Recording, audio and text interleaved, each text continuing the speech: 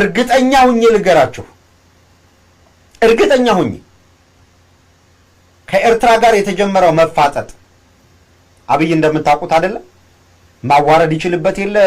የሚያምኑትን ደጋፊውን በማዋረድ እንዳብይ ውጤታማ ሰው የለም በነገራችን ላይ ይሄ ምሁር ነኝ የሚለውን በሙሉ ኮፍያ ጣሞ ወጥቶ ጸጉር አንጨባሮ የምሁርነት መለካ የሚያደርገውን በሙሉ አፈር እያስጋጠ በማዋረድ አብይ በዚህ ማስተርስ አለው በዛኛው ነው 7ኛ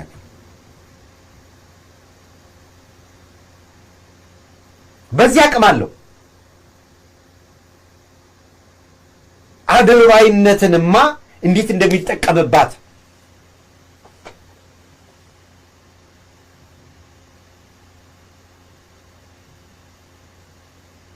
የእውነት እንደዛ ይችላል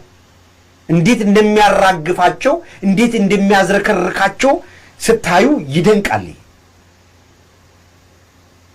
አንድ ማስታወሻ ላምጣላችሁ አሁን የቅርብ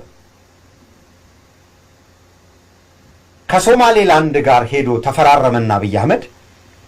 ወደብ አገኘች ኢትዮጵያ ሰበር ዜና ሲል ዳንኤል ክብረት ወጣ ሌላው ተሰለፈ ምሁር የምትለው መጣ ይሄ አጨብጫቢ ካድሬው መጣ እንደው አይታችኋል ለጉድ ነበረ በቃ ወደብ ተገኘ ልልታ የሉዓላዊነት ተንታኝ ምሁራን የሚባሉ መጡ ዓለም አቀፍ ሕግም እየተነተኑ እንዴት ከሶማሌላንድ ጋር በሚደረግ ዲል ወደብ ማግኘት መብት እንደሆነ የሚያስረዱ ሰዎች መጡ መቋዲሾን አፈር አስግጠው የሚሳደቡ የሚዘልፉ ባለስልጣናቱ ነው ሁላ የመቋዲሾን መንግስት መሆን የማይችል ወዘተረፈ የራሱን ሳይ ቤት አዝረክርኮ በሌላው ላይ ያሉ ወጥተው አፍ ተካፈቱ አብይ አህመድ ሹልክ ካለና ነገር አላዋጣው ሲል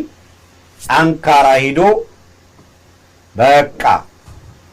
ከመቋዲሾ ጋር ተፈራረም ያለው ይላል ያ ሁላ ድርባይ የት ሊገባ ነው ብሎ ሰው ይገርመዋል